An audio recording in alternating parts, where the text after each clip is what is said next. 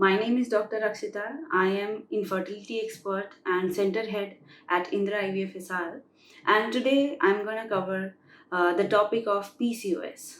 When infertility couples come to me, then they ask me what are the reasons behind infertility, and I tell them that reasons can be in male partner or female partner, and we have to equally evaluate both of them. So today in this video, I'm going to tell you about the symptoms which are seen in PCOS, what treatment you can take for PCOS, what lifestyle changes you have to make, and how can you get pregnant with PCOS. PCOS is a diagnosis, or it is a disease in which the ovaries are seen to be polycystic. So let us start with the symptoms that you face when you have PCOS. The most common symptom that women complain of is irregular menses. I have seen adolescent girls and I have seen married women both with same complaints of irregular menses. Menses come late, they are overdue, you get menses after 1.5 to 2 to 3 months, or even I have seen many cases who do not get menses without any medications. So this is the most common symptom that is seen in PCOS, and there are other symptoms as well. If you are facing a problem of hair fall, but you are having excess growth over unwanted areas like over the chin, over the legs, and rest of the body, or if you are facing a problem of hoarseness of voice, you are gaining weight without any reason, then you might be having a problem of PCOD. In these women, we get certain tests done, we get certain diagnosis done, and after that we tell them how to treat or how to get healthy with PCOD. The first evaluation that we go ahead is with hormonal panels.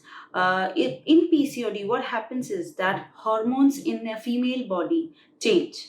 The levels of the hormones that are seen in males, male hormones like testosterone, DHEA, they increase in the body of a female, and that is why the excessive hair growth is seen, or the less growth of the egg is seen, and ovulation is seen.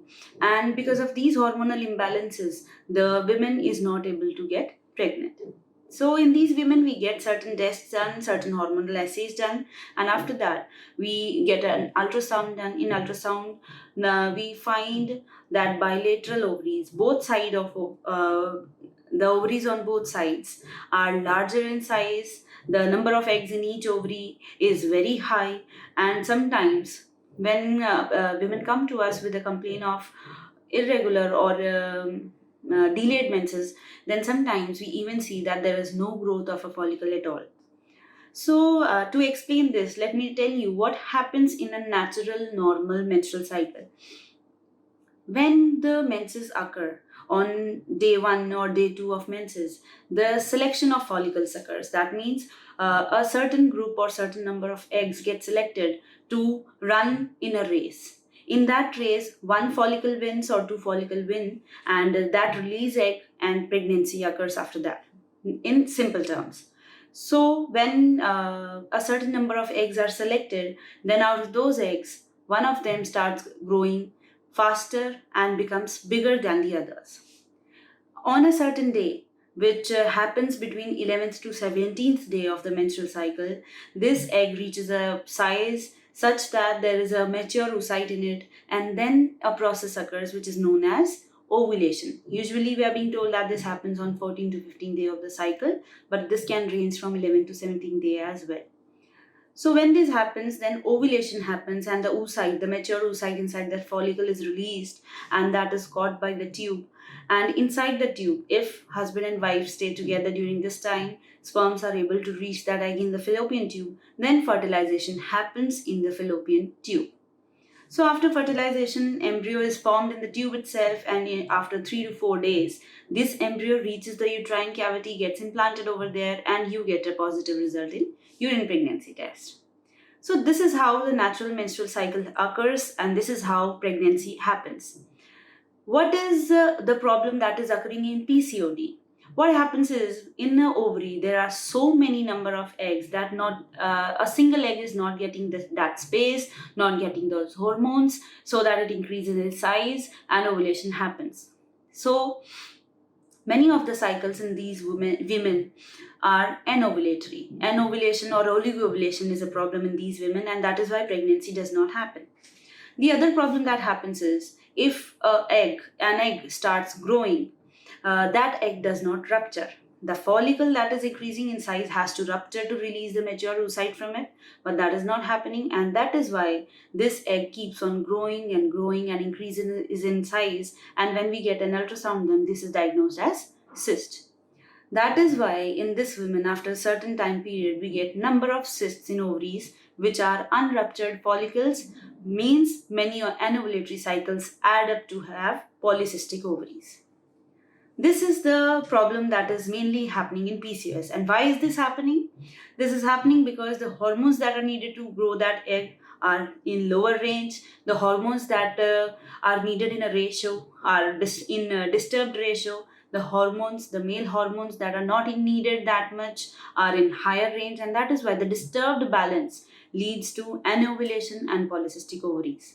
Now let's see what lifestyle changes you need to make to improve your hormonal imbalances and to increase your chances of getting pregnant. The first and foremost thing is you need to change your lifestyle, decrease the stress, and do some stress relieving exercises. Go ahead for yoga, some breathing exercises. You have to exercise at least for 30 minutes a day. The second thing that you have to change is eat a healthy and balanced diet. It should not be very high in carbs, it should not be very high in fat, it should not be very low in carbs as well. It has to be a balanced diet, it has to be of balanced calories, and you need to take a healthy and nutritious diet so that the quality of the egg improves and the level of the hormones get balanced. These two lifestyle changes are also needed because women who have PCOS, they are very prone to develop hypertension and diabetes later on in their lives. Even in these women, we have seen hypothyroidism as well.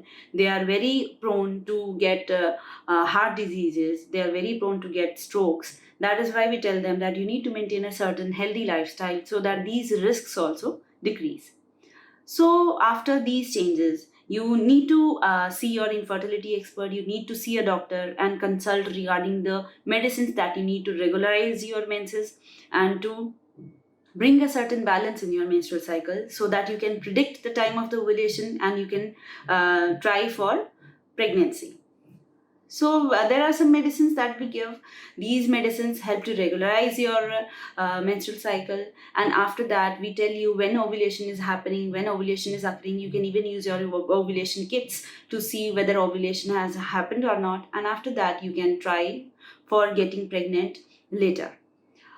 Other treatment options that are needed if these options fail, these medications fail, are some growth hormones that we use to increase the size of the egg, because as I told you earlier also, the women with PCOS face a problem of no growth of the egg.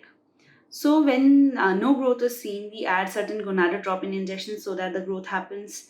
Sometimes rupture is not seen. That is why we give a HCG trigger so that rupture of the oocyte can happen. And then we help you to get pregnant. If all these options are not working, then you need to consider IVF as well, because I have seen many women in my practice who have tried these treatments for 3 or 4 years, but nothing worked, and then they had to go ahead with IVF. What we do in IVF is, since we are not concerned regarding the multiple egg growth in natural cycle, we make the eggs grow, all of the eggs grow. And since there are many eggs, we get a lot of eggs. When we make them grow, what happens is the size of the ovaries increase, and when we get a mature size, then we take out these eggs, which is known as oocyte pickup or oocyte retrieval.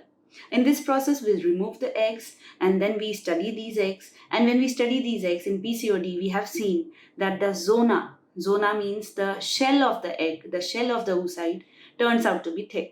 And that is why in many patients who have tried medicines, who have tried injections and could not get pregnant, this reason turned out to be a reason for not getting pregnancy, since because of the thickness of the shell, the sperm was not able to fertilize the egg.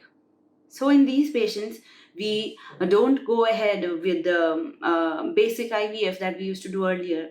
In these patients, we use ICSI, intracytoplasmic sperm injection, so that this thick zona can be crossed and this barrier can be crossed, and we can be sure that we have fertilized the oocyte, and then embryos are gonna form later. So this is the process of IVF and ICSI in these patients. And if you have any queries, you can call us in the on the number given below, or you can contact us through Facebook, YouTube, or our channel, and you can even ask the questions in the comment box. Also, I would like to add that if you are diagnosed with PCOD, then you should not be so disheartened or discouraged that you are going to need IVF only, or you are never going to get pregnant, or if your weight is increasing, you should not be discouraged that I have certain disease and that is why we are weight is decreasing and our infertility is decreasing, fertility is decreasing as well. Because as I've told you, the best management of PCOD is lifestyle modification. And later on, if you try all these things and these are not helping you, then you can go ahead with IVF or ICSI. And as I told you, the number of eggs is very high. There, that is why the chances of success after IVF is very high in these patients. So, if you would like to know anything else, if you have any doubts regarding PCOS, you can contact us. Thank you so much.